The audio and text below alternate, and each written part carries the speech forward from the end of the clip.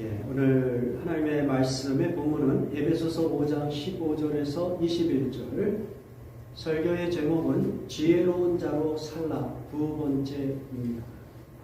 바울은 2000년 전에 로마의 감옥에서 재림의 때가 가까웠다는 종말론적인 의식을 담고 있습니다. 오늘 우리도 2024년을 맞이하면서 때가 점점 악해지고 있다는 판단을 하면서 주님의 재림이 더욱 가까웠다는 의식으로 살아야겠습니다. 바울은 주님의 재림을 의식하며 살아야겠기에 세월을 아끼라 지혜 있는 자와 같이 살라고 도전합니다. 지혜 있는 자와 같이 산다는 것, 그것은 구체적으로 무엇인가? 그것이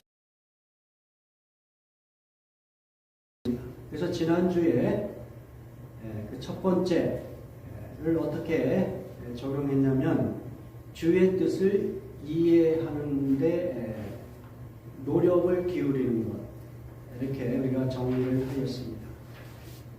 에베소 5장 17절 우리 같이 공독합니다. 그러므로 어리석은 자가 되지 말고 오직 주의 뜻이 무엇인가 이해하라. 주님이 언제든지 도적과 같이 오실 것이다. 그날이 점점 가까워오고 있다. 그러므로 지혜롭게 살아라. 세월을 아끼라. 그러면서 우리에게 무엇을 적용하기를 도전하냐면 어리석은 자가 되지 말고 오직 주의 뜻이 무엇인가를 이해하도록 노력하라. 여기서 그냥 무엇인가 이해하라 이렇게 하면 뭐랄까요?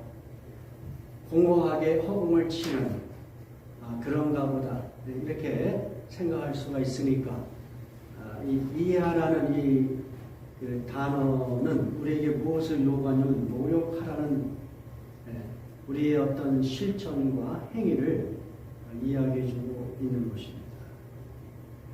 주님의 재림을 준비하는 지혜로운 자는 하나님의 뜻을 이해하도록 노력해야 되는 것입니다. 그것은 바로 경주자가 올바른 목표를 향하여 달리기를 하는 것과 같습니다. 무슨 이야기냐면 여기서 보면 세상의 어떤 사람들이 가리키는 또 요구하고 열망하는 그러한 그 가치관, 어떤 삶의 목표, 뭐 이런 거, 뭐 예를 들어서 한국 같은 경우는 어떻게든 인류 대학을 가는 것이 행복을 보장해 주는 것 같아요. 그런 어떤 세계관이 있잖아요. 그러한 것에 마음과 에너지와 시간을 투자하지 말고 하나님이 원하시는 뜻이 무엇인가에 우리의 삶의 방향과 목표를 삼아서 그렇게 살아가라. 우리에게 그런 도전을 하고 있는 것이죠. 자, 예수님께서는 우리가 이 땅에 살아갈 때 하나님이 원하신 뜻이 무엇인지를 제대로 파악해서 살아가는 것이 그것이 하늘나라에 들어갈 수 있는, 다시 하려면 우리의 삶의 어떤 정확한 방향성, 목표 지점, 그곳에 도달할 수 있는 것이다. 이렇게 이야기를 합니다. 우리가 이 부분을 같이 살펴보기를 원합니다. 마태복음 7장 21절에서 24절 같이 공부합니다. 나더러 주님 하는 사람이라고 해서 다 하늘나라에 들어가는 것이 아니다. 하늘에 계신 내 아버지의 뜻을 행하는 사람이라야 들어간다. 그날에 많은 사람이 나에게 말하기를 주님 우리가 주님의 이름으로 예언을 하고 주님의 이름으로 또 주님의 이름으로 많은 기적을 하지 않았습니까? 그때 내가 그들에게 밝히 말할 것이다. 나는 너희를 도무지 알지 못한다. 불법을 행하는 자들아 나에게서 물러가라. 그러므로 내 말을 듣고 그대로 하는 사람은 반석 위에다 자기 집을 지은 슬기로운 사람과 같다고 할 것이다. 자, 여기서 보면 하늘나라 또는 뭐 구원, 하나님의 왕국, 하나님의 나라 다 같은 이야기죠. 우리의 어떤 최종적인 궁극적인 삶의 그 목표는 그곳이라고 할 수가 있잖아요. 그곳에 들어가려면 하늘에 계신 내 아버지의 뜻을 행하는 사람이 들어가는 것이다. 그러니까 지금 바울에게 도전하는 것과 똑같은 거예요. 오직 주의 뜻이 무엇인가 이해하도록 노력해라. 그러니까 주님의 오심을 준비하고 기다리는 자는 다른 데 신경 쓰면 안 되는 거예요. 하나님의 뜻이 무엇인가를 잘 파악해서 그대로 살아가는 사람들. 그 사람이 제대로 된 그 최종 목적지에 도달할 수 있는 바른 방향성을 가지고 살아가는 것이다. 그런데 재미난 것은 하나님의 뜻이라는 것이 무엇이냐 이거예요. 여러분이 한번 스스로 질문을 해보세요. 하나님의 뜻이라는 게 무엇이냐? 도대체 내가 이 땅에서 주님 오심을 준비하는 자로서 하나님의 뜻을 행한다는 것이 무엇이냐? 질문을 해보세요. 무엇이냐? 재미난 것은 말이에요. 예수님께서 우리가 일반적으로 그럴 것이다 라고 생각하는 것들, 그것을 예수님께서는 하나님의 뜻이 아닐 수도 있다 라고 지적한다는 거예요. 그 부분이 우리에게 매우 도전적으로 와닿아야 됩니다. 무슨 이야기냐면 그날에 많은 사람이 나에게 말하기를 주님, 주님, 우리가 주님의 이름으로 예언을 했습니다. 주님의 이름으로 귀신을 쫓아냈습니다. 주님의 이름으로 많은 기적을 행하지 않았습니까? 예. 이렇게 심판 때에 예수 그리스도께 그렇게 반문을 하는 거예요. 그때 내가 그들에게 밝히 말할 것이다. 예수님께서 심판의 그 주권자로서 그렇게 말할 것이다. 나는 너희를 도무지 알지 못한다. 불법을 행하는 자들아 나에게서 올라가라. 그러니까 이 구절은 일반적으로 우리가 생각하는 하나님의 뜻, 내가 정말 세상 속에서 잘 살았다라고 생각하는, 여러분이 상상하는 그것과는 좀 다른 이야기를 하고 있는 거예요. 물론 여러분이 어떤 생각을 갖고 있는지 잘 모르지만 일반적으로 교회 생활 열심히 하고 심지어 목사님들조차도 그들이 생각하는 그 목회 방향이나 이런 것들, 그렇게 하는 것이 마치 하나님의 뜻이고 또 그렇게 하는 것이 올바른 길로 가는 것이라고 생각하였던, 그것이 오히려 하나님이 원하시는 삶의 방식이 아닐 수 있다라는 이 어떤 두려움을 우리에게 가져다 주는 메시지를 주는 거예요. 불법을 행하는 자. 여기서 불법을 행한 자는 뭐예요? 아버지의 뜻을 행하지 않았다는 거예요. 근데 재미난 거는 다 어땠어요? 예수의 이름으로 했다는 거예요. 예수의 이름으로. 그리고 예수의 이름으로 어떻게 해요? 엄청난 일을 한 거예요. 오늘날 여러분이 예수의 이름으로 예언을 한다고 생각해 보세요. 실제로 그런 곳이 많습니다. 예수의 이름으로 예언도 하고, 예수의 이름으로 귀신도 쫓아냈어요. 예수의 이름으로 병든 자를 고쳐냅니다. 우리가 이 모든 사역을 한마디로 무엇이라고 이야기하면 능력사역이라고 해요. 능력사역. 그 교회, 그 목회자 능력이 많으셔. 그래서 그냥 엄청난 일들이 일어나고 그 사람들이 모이는 거예요. 예수님께서 우리에게 분명히 약속하셨어요. 예수의 이름으로 우리가 온전한 믿음을 갖고 어떤 사역을 하면 하나님의 능력이 그의 사역 속에서 나타날 것이다. 병든 자도 고침을 받을 것이고 많은 사람들이 회개하고 돌아올 것이라는 분명한 예수님의 약속이 있어요. 일어나는 곳이 전부 다 하나님의 불법이 일어나는 곳이다 이렇게 이야기하는 것은 아니에요. 그러나 능력이 일어난다고 해서 그것이 다 하나님이 원하시는 하나님의 뜻에 합당한 사역을 하고 있다라고 이야기하는 것은 아니라는 거예요. 오히려 반대의 가능성이 크다는 것이죠. 예?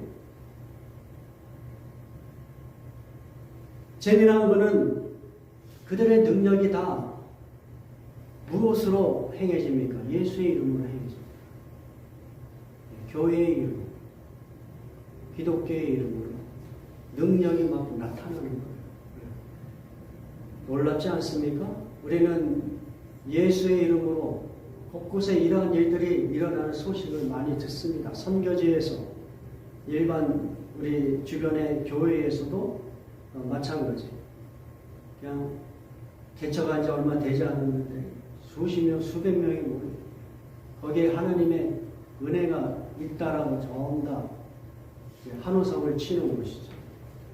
그러나 예수님께서 어떤 가능성을 말씀하시냐면 나는 너희를 도무지 하시며 불법을 행하는 자라. 나에게서 물러가라.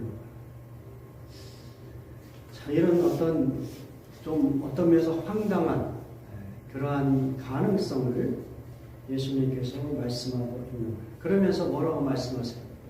그러므로 내 말을 듣고 그대로 하는 사람은 반석 위에다 자기 집을 지은 슬기로운 사람과 같다고 할 것이다. 이 말은 무슨 이야기예요?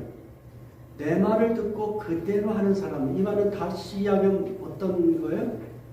오직 주의 뜻이 무엇인지 잘 이해해서 주의 뜻대로 행하는 자는 이와 같은 말이죠. 그렇죠?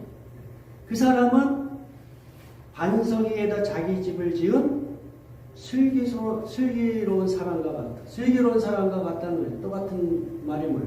지혜로운 사람과 같다는 거예요. 지금 사도 바울이 에베소 교회에게 도전하는 메시지하고 똑같은 맥락이란 말이에요. 어리석은 자가 되지 말고 오직 주의 뜻이 무엇인가 이해하라. 이것은 예수님께서 제자들에게 도전했던 말씀이라고 할 수가 있는 거예요.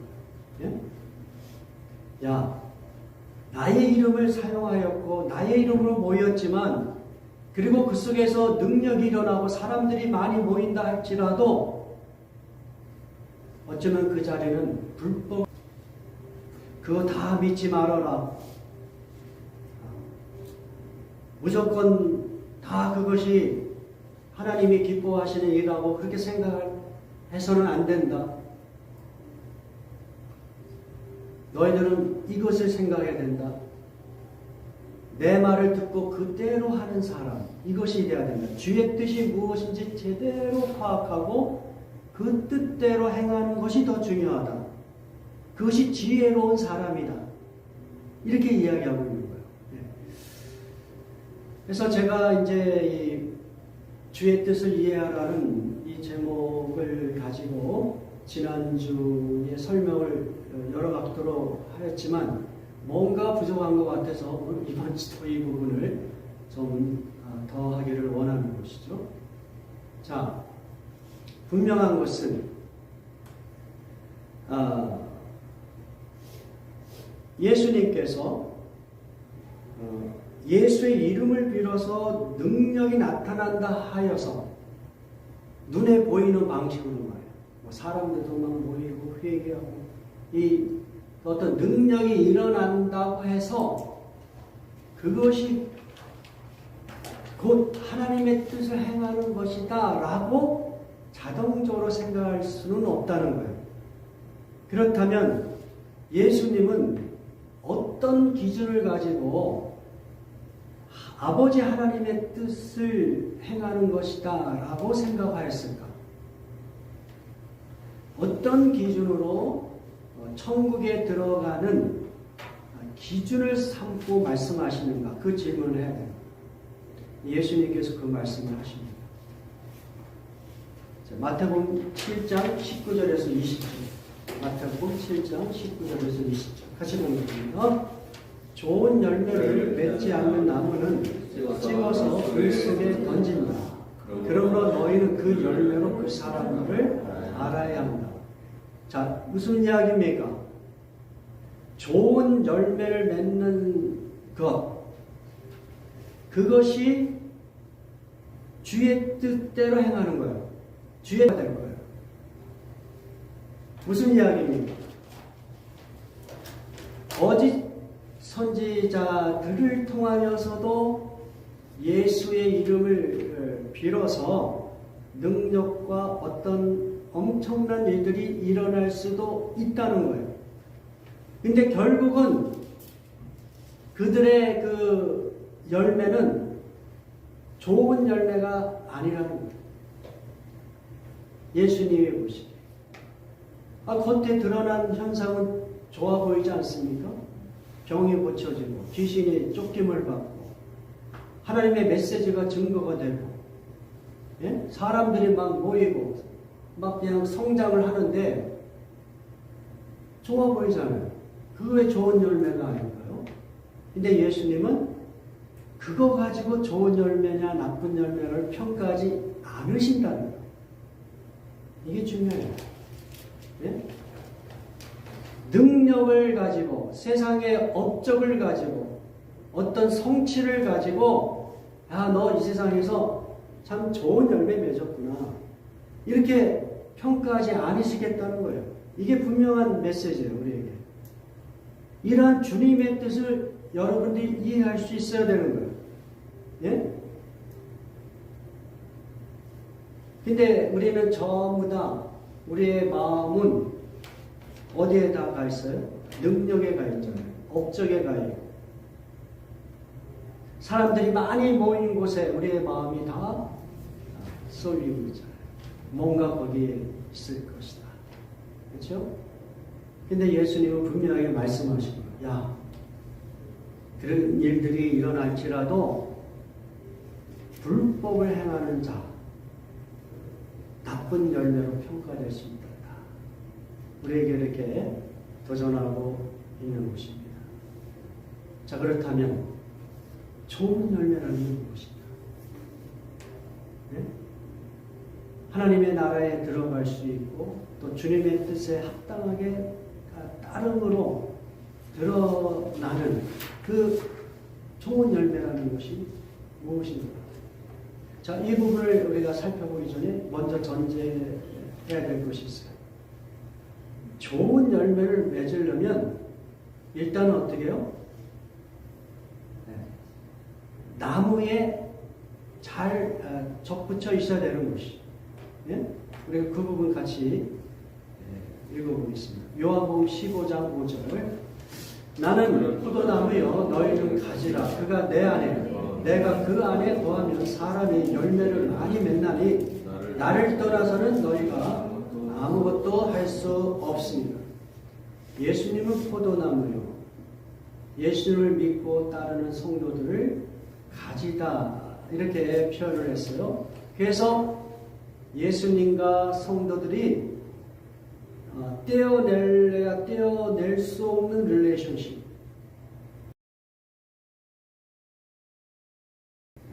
떼어내야 떼어낼 수 없는 그런 릴레이션십이 형성되어 있다는 것을 전제로 하고 있습니다. 내가 예수를 믿는 그 순간 우리는 결코 예수님으로부터 떨어질 수가 없어요. 예수를 믿는 순간 우리 예수님께서 우리를 받으시고 하나님의 자녀 만드셔서 하나님의 의로운 강한 오른손으로 우리를 붙들고 계시기 때문에 하나님과 성도들은 떨어질 수 없는 관계. 떨어질 수 없는 관계. 그래서 그 떨어질 수 없는 관계 속에서 무엇이 일어나요? 펠로십이 일어나잖아요. 교제가 일어나는 거예요. 그래서 제가 이제 그 교제의 방식이 뭐냐? 네, 말씀을 여러분이 잘 배우고 묵상하고, 그래서 그 어떤 하나님 앞에 기도하고 뭐 이런 방식으로 해서 그분과의 릴레이션십을 끈끈하게 아주 자연스러운 현상이 나타나는데 그게 뭡니까? 열매를 많이 맺는 거예요. 열매를 많이 맺는 거예요. 여기서 열매를 맺는다라는 동사, 이 동사의 그 헬러 시제가 현재 능동태 시제예요. 현재형이에요. 현재. 그 이야기는 뭐예요? 어떤 순간적인 그런 사건이 아니라 현재적이고 미래적이면서 그 사건은 어떻게 해요? 계속적으로 반복되어 지속되는 거예요. 그러니까 여러분이 예수를 믿고 따른다는 것은 그분과 떼어낼 수 없는 상호일체의 그 릴레이션십 속에서 그분과 죽는 순간까지 교제하는데 그 교제의 과정 속에 아주 자연스럽게 무엇을 기대할 수 있어요? 열매를 기대할 수 있는 거예요. 근데 이 열매를 어때요? 많이 맺는다고 했어요. 그러니까 이거는 그분과의 교제가 깊어지면 깊어질수록 이 열매 맺는 그 속도가 가속화가 돼요. 여러분이 그 누가복음에서도 예수님이 4가지 마음밭을 이야기하면서 착하고 좋은 그 옥토와 같은 그 마음밭에 뿌려진 그 씨앗은 어때요? 100배, 60배, 30배 이런 식으로. 그러니까 아주 그 기하급수적인 그러한 열매를 맺을 것을 이야기하는 것이죠. 그러니까 하나님과의 교제가 깊어지면 깊어질수록 그 열매가 깊이 아주 그 빠른 속도로 열매가 맺어질 것입니다. 근데 이것은 뭐랄까요? 내가 만들어내는 게 아니야. 뭐라 그랬어요? 나를 떠나서는 너희가 아무것도 할 수 없다. 그러니까 예수 그리스도와 릴레이션십을 갖고 있으면 그냥 자연스럽게 풍성한 모습으로 이 열매를 맺어갈 것을 이야기하고 있는 것이에요. 당연히 그 열매는 어떤 열매겠어요? 좋은 열매죠. 좋은 열매. 왜? 하나님과 교제하는데 좋은 열매를 맺는 것이죠. 그렇죠? 자, 이 이야기는 뭐냐면 하나님과의 교제가 없이도 예수의 이름으로 능력 사역이 일어날 수 있다는 것을 여러분 생각해 보시면 무서운 일입니다. 그렇죠? 예수 그리스도를 온전히 신뢰하고 그분과의 정말 그 떨어질 수 없는 그 누구도 떼어놓을 수 없는 상호일체의 그 관계가 형성되지 않고, 그렇죠? 그런데 그 사람들이 어때요? 예수의 이름을 살고 교회의 이름을 살고 사람들이 많이 모일 수 있어. 능력이 일어날 수 있어. 예수님은 경고하는 거야. 야, 그거 다 믿지 마. 그 사람들이 불법을 행한 거짓 선지자일 수 있다. 그 함께 모이는 공동체도 그와 같은 거예요. 여러분, 우리가 흔히 알고 있는 사이비 한국에서 그 유명한 이단들이 있잖아요. 그 이단들이 얼마나 왕성하게 모입니까? 그렇죠? 예수의 이름을 다 들먹이면서. 그러나 결국 그 사이비 교주를 신으로 모시고 예수님을 신이 아니라, 그렇죠? 예수님의 이 메시지는 매우 현실적이고 우리가 어떤 면에서 쉽게 알아볼 수도 있는 그런 측면이 있습니다. 그 사람들 너무 잘 보여요. 능력이 일어나요. 예수의 이름을 가지고. 그러나 예수님께서 우리에게 본질적인 부분을 우리에게 가르쳐 주십니다. 너희가 나를 온전히 믿고 신뢰한다면 나와 떼어 열매를 맺는단다. 시간이 흐를수록 그 깊이가 더해가면서 많은 열매를 맺게 될 것이다. 그렇게 우리에게 좋은 열매를 맺을 것을 기대하도록 우리에게 말씀하고 있는 거예요. 자, 그렇다면 주님과의 관계를 통하여 기대할 수 있는 이 좋은 열매는 무엇이겠어요? 네?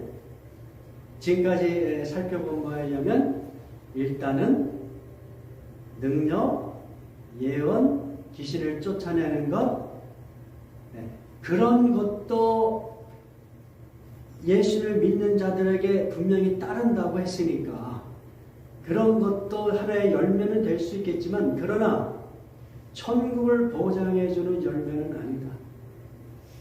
천국을 보장해주는 열매는 무엇이냐면 주님과의 교제 속에서 자연스럽게 형성되는 주님의 성품의 열매다.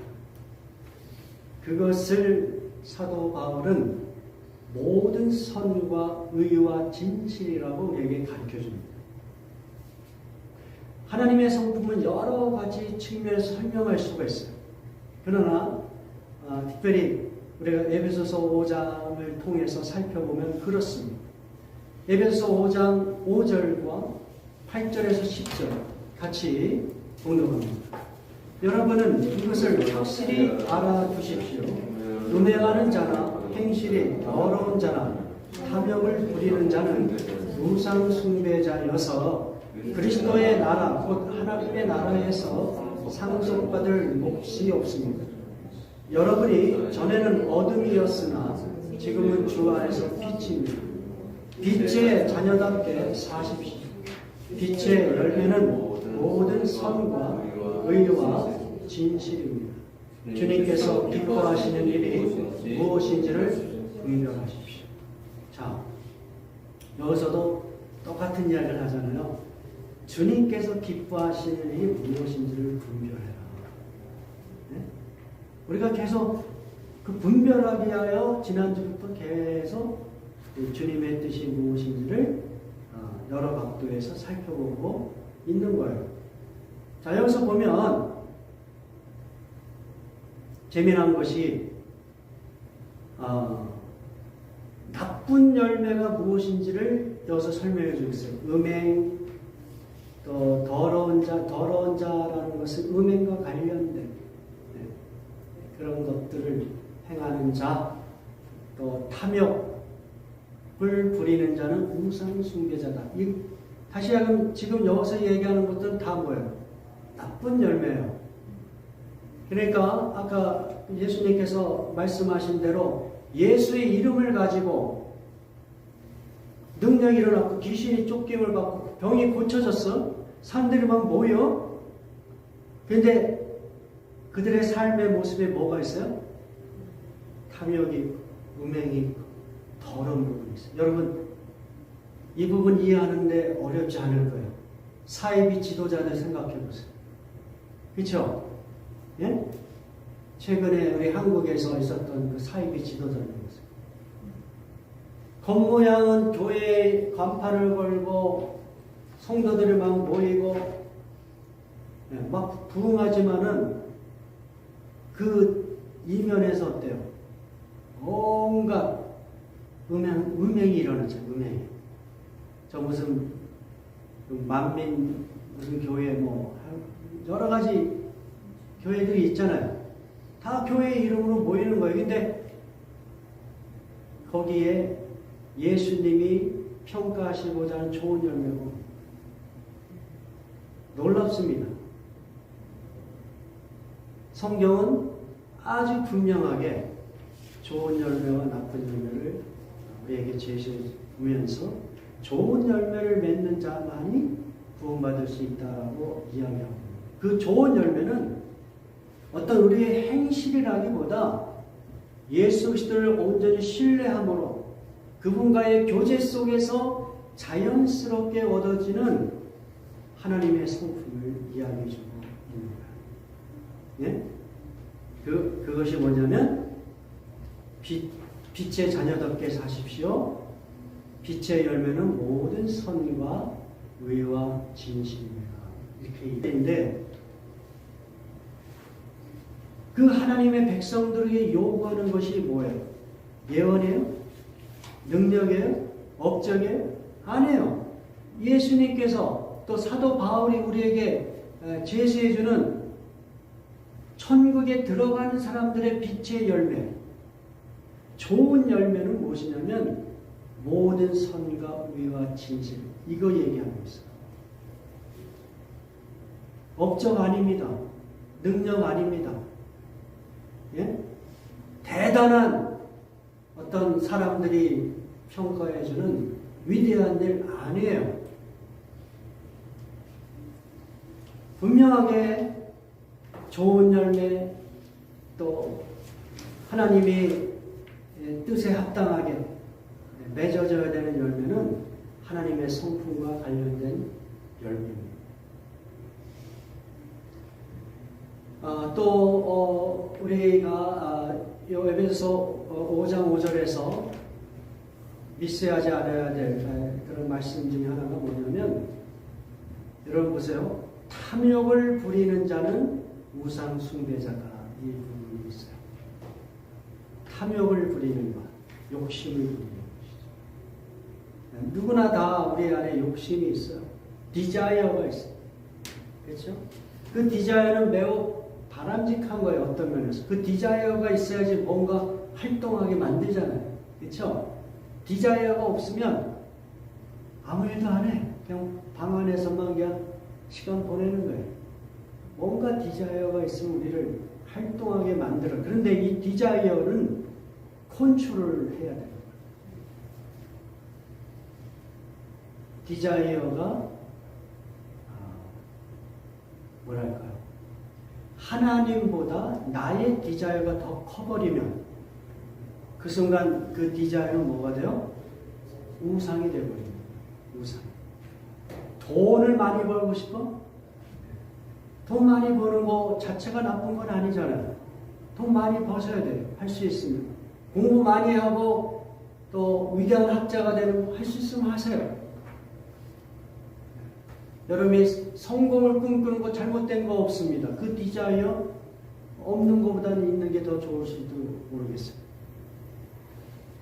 그러나 그 디자이어가 하나님보다 더 크게 보이면 그것이 뭐가 돼요? 우상이 되어버려요. 네. 그리고 그것은 곧 뭐랄까요? 하나님이 원하시는 그런 좋은 열매의 모습이 아니라는 거예요. 그래서 우리는 우리 안에는 이 디자이어를 잘 컨트롤할 수 있는, 그것이 어떤 면에서 자기 구인이죠. 자기 이 욕심이 너무 가다고 판단될 때는 그것을 부인할 수 있는 그 훈련을 끊임없이 해야 됩니다. 자, 그래서 좋은 열매, 그리고 하나님의 나라에 들어가는 자들이 반드시 자연스럽게 맺혀지는 그 하나님의 성품의 열매는 세 가지로 오늘 말씀에서 살펴볼 수가 있어요. 첫 번째는 모든 선이라고 했어요. 모든 선. 영어식으로 표현하면 goodness라고 되어 있을 거예요. 네. 그러니까 여기서 이 goodness라는 거 헬라어 단어로 아가또 시네라는 단어를 사용했고요. 이 단어는 그 당시 다른 그 세큘러 그 책에서는 발견할 수 없는 단어예요. 오직 성경에서만 발견할 수 있는 단어예요. 이 단어. 아가토 시네라는 단어, 굿네스라는 단어가.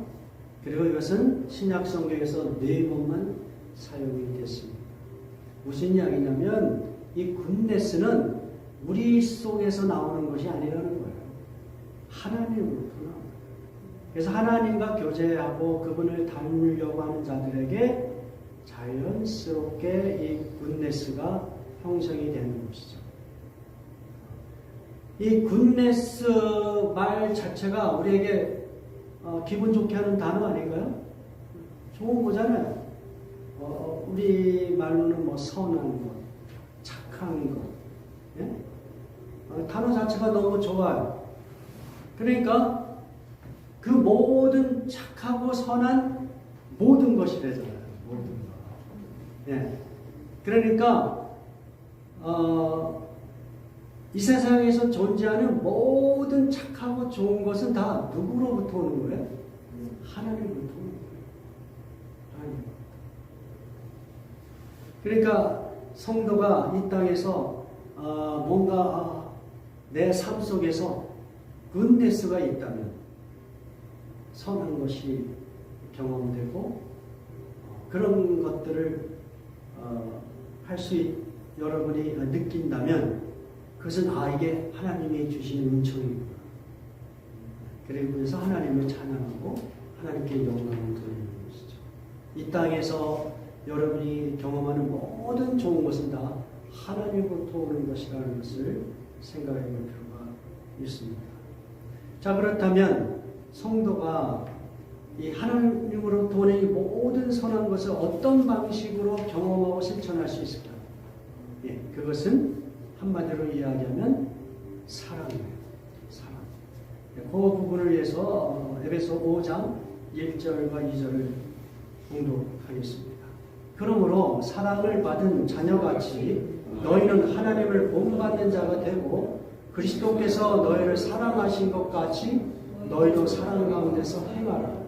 그는 우리를 위하여 자신을 버리사 향기로운 제물과 희생 제물로 하나님께 드리셨느니라. 주님과 교제하는 자는 매우 자연스럽게 주님을 본받는 존재로 살게 되고요. 그 교제 속에서 무엇을 본받겠어요? 예수 그리스도의 희생적인 사랑을 본받을 겁니다. 예수님은 자기 자신을 부인했어요.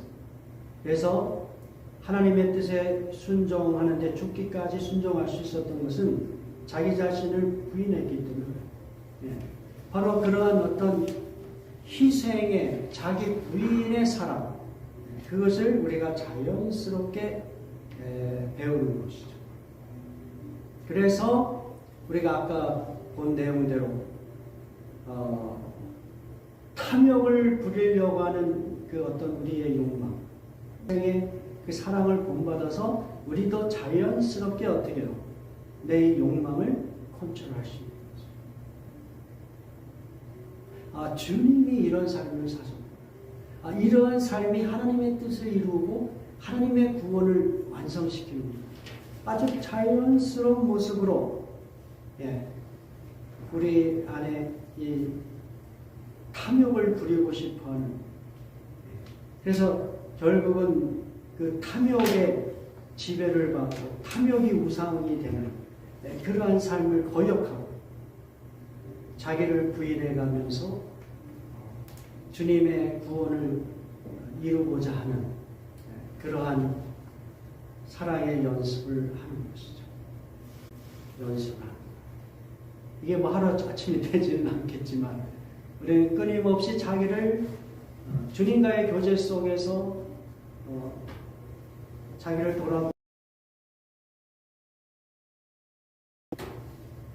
자연스럽게 나의 삶 속에 모든 선한 것이 형성될 수 있도록 그러한 영적인 연습을 하는 것이죠.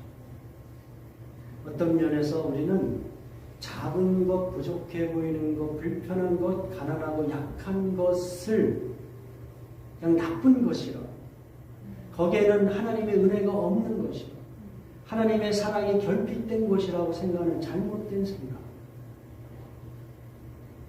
그 생각 때문에 우리 안에 이 디자이어를 어떻게 해요? 부인하지 못해요. 끊임없이 돈을 더 많이 벌어야 된다 생각. 끊임없이 사람들에게 인정을 받아야 된다 생각. 그리고 어때요? 끊임없이 편안하고 편리한 것을 찾잖아요.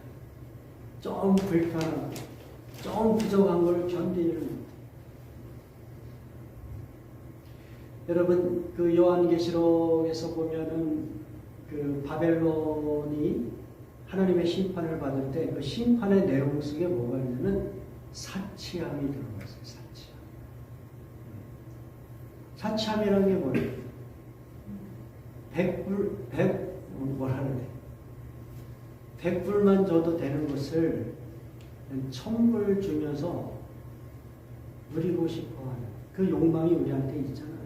그렇죠? 네. 그러니까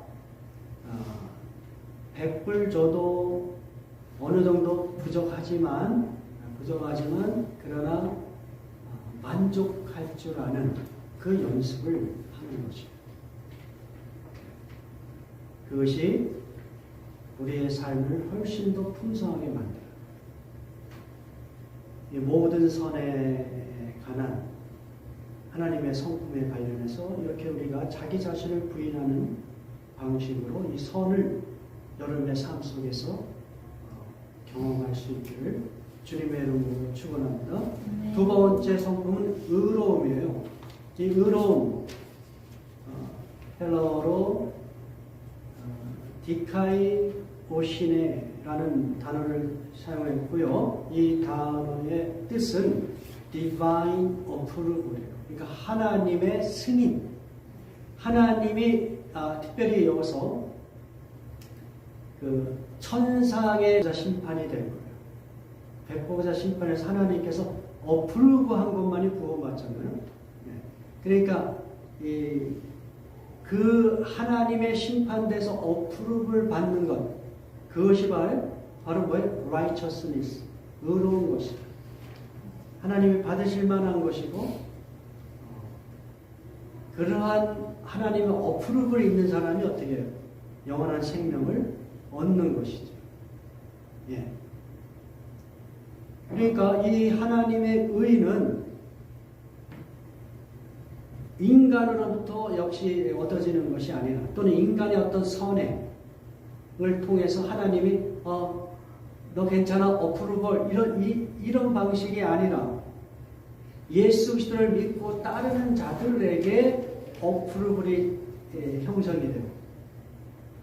백보자에 예수 그리스도를 믿지 않는 자, 그들은 어때요? 다 행위와 관련된 심판을 적은 책을 가지고 심판을 받는단 말이에요.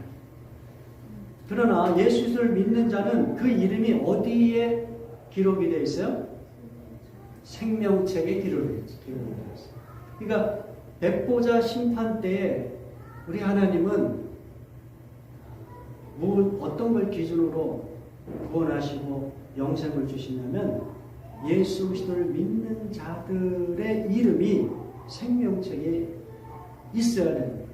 그것이 기준이에요. 그러므로 이 의라고 하는 것은 단순히 우리가 속한 사회에서 규정한 정의로움을 넘어서서 하나님이 인정하시는 가치를 추구하는 거예요. 우리가 이 하나님의 의를 우리의 삶 속에서 의라고 하는 것, 다른 또 방식으로 표현하면 정의라고 하면 표현해 봅시다. 자, 푸틴과 러시아는 자기들의 방식으로 정의를 외치면서 우크라이나와의 전쟁을 지속적으로 지금도 합리하고 있어요. 그렇죠? 자, 이스라엘과 하마스도 자기 방식대로 폭력과 전쟁을 정당화하고 있습니다. 다 그 사람들 편에 가면 자기 나름대로의 논리와 정당성, righteousness, justice 다 얘기하고 있는 거예요. 그러니까 우리가 살아가는 세상에서 이 정의는 무엇인가, 의는 무엇인가, 이거 규정하기 너무 힘들어요. 다 자기의 관점에서 이해해요. 그러나 크리스찬들은 자기가 속해 있는 그 바운더리를 좀 넘어설 수 있는 하나님의 기준을 우리가 계속 생각해 볼 필요가 있습니다. 또 한 가지는 오늘날의 경쟁이라는 것이 아주 뭐랄까 점점 더 문명이 발달할수록 경쟁의 그 강도는 훨씬 더 심해져요. 그렇죠? 문명이 발달하면은 이렇게까지 심하지 않았어요. 그래서 너무 그 경쟁이 치열하다 보니까 그 경쟁에서 도태된 사람들은 어떻게 해요? 사회 속에서 너무 비참한 삶을 살아요. 나고자 취급을 받고 또 그 극심한 경쟁에서 승리한 자에게 모든 상급을 다 몰아주는 승자 독식의 경쟁 방식이 당연한 것 같은 그것이 정의라고 생각해요. 그런 세상 속에 살고 있지는 않아요. 또 우리 보수적인 기독교인들, 특별히 미국에서, 한국에서 낙태를 무조건 반대하는 것이 하나님의 정의를 이야기하는 것일까? 그거 한번 질문해 볼 필요가 있다고 생각합니다. 또 동성애자들을 무조건적으로 비난하고 싫어하는 것이 하나님의 정의를 대변하고 있는 것일까? 제가 매우 예민한 질문을 합니다. 하나님의 정의는 무엇이냐? 하나님의 의로움은 무엇이냐? 그렇게 기계적으로, 일방적으로 사람들을 비난하고 잘못됐다고 하고 그것 때문에 사람들이 상처를 받고 괴로움을 겪고 때로는 자살까지도 하는 그것이 과연 정의이고 그것이 의로움일까요? 이거 우리가 생각해 볼 필요가 있는 거예요. 하나님의 의는 무엇이겠어요? 하나님의 의는 어느 한편을 무력화시키고 파괴함으로 얻어지는 정의가 아닌 거예요. 모든 사람을 살리게 만드는 그 하나님의 정의를 우리 개인적으로 내가 속해 있는 사회 속에서 그러한 정의를 추구하기를 원하시는 우리가 생각해 볼 필요가 있는 거예요. 마지막으로 하나님의 성품 속에 진실함이라는 게 있어요. 이 단어는 알레테이아라는 단어를 사용하였고요. 이것은 원래 뜻이 뭐냐면 리얼리티예요. 실제란 말이에요. 예? 일루전이 아니에요. 허상이 아니에요. 가짜가 아니에요. 그냥 머릿속에서 아이디어로 만들어낸 그러나 실제로는 존재하지 않는 그것이 아니라 리얼리티예요. 그것이 진리란 말이에요. 그러니까 하나님은 우리에게 말씀으로 약속하시고, 그렇죠? 아이디어로 약속하시고, 그렇지만 말과 아이디어로 끝나는 것이 아니라 그것을 반드시 실현시키시는 리얼리티로 만드시는 하나님의 신실함이 있죠. 그러면서 하나님의 성품은 진실하시다. 오늘날 성도들도 어때요? 말로만, 아이디어로만 이렇게 이야기하는 삶이 아니라 말과 아이디어가 행동으로 뒷받침되는 순수하고 정직함을 하나님을 통해서 배워야 되고 그것을 적용해야 되는 것이죠. 여러분, 마귀는 한마디로 일루전의 아버지예요. 거짓의 아버지예요. 달콤한 말로 속삭여요. 야, 네가 나한테 절하면 내가 모든 명예와 재물 다 줄게. 나만 경배해. 그러나 맨 끝은 무엇이에요? 파멸이잖아요. 생명을 파멸시키는 거예요. 그것이 마귀예요. 마귀는 삼위일체 하나님을 흉내내요. 거짓 행복으로 사람들을 멸망의 자식으로 삼아버려요. 그러나 하나님은 진실하시기 때문에 말과 아이디어와 행위에 있어서 일치하세요. 성도도 주님을 닮아가는 과정 속에서 우리가 끊임없이 거짓에서 벗어나지 못하고 있지만 우리는 이 거짓을 끊임없이 벗겨내면서 말과 행동이 일치된 삶을 추구하는 열매를 맺어 나가야 된다. 이제 말씀을 마무리하겠습니다. 바울은 에베소 5장 17절에서 그러므로 어리석은 자가 되지 말고 오직 주의 뜻이 무엇인가 이해하라고 도전하고 있습니다. 성도가 주님의 재림을 준비하는 지혜로운 삶의 방식은 먼저 주의 뜻이 무엇인가를 이해하도록 노력하는 것이죠. 이것은 하나님이 기뻐하시는 방향성과 일치된 삶을 요구합니다. 그것은 예수님께서 언급하신 좋은 열매와 바울이 언급한 빛의 열매를 맺는 것입니다. 주님의 이름으로 능력 목회를 하거나 대형 교회를 세우거나 세상 속에서 성공하거나 업적을 만들거나 유명해지는 것, 이것도 중요하다고 저는 생각해요. 그것을 부인하지 않습니다. 그것도 나름대로 가치가 있습니다. 저나 여러분의 삶 속에서 이러한 것들을 경험할 수 있으면 좋겠어요.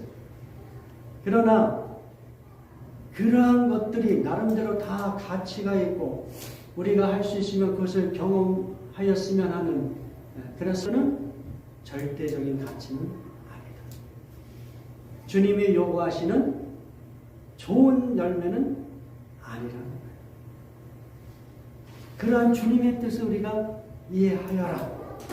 오히려 그러한 것에 마음을 빼앗기고 시간과 정력을 다 쏟아부음으로써 사치와 거짓과 탐욕의 열매를 맺는 것을 우리는 경계해야 하는 것입니다. 성도가 추구해야 할 올바른 방향성은 하나님과의 교제를 통하여 그분의 성품을 배워서 세상 속에서 그분의 성품을 드러내는 것입니다. 하나님의 성품은 세속적인 성공이나 업적이나 유명함이 아니라 사랑과 정의와 진리와 관련되어 있는 것입니다. 우리 다 같이 기도하겠습니다.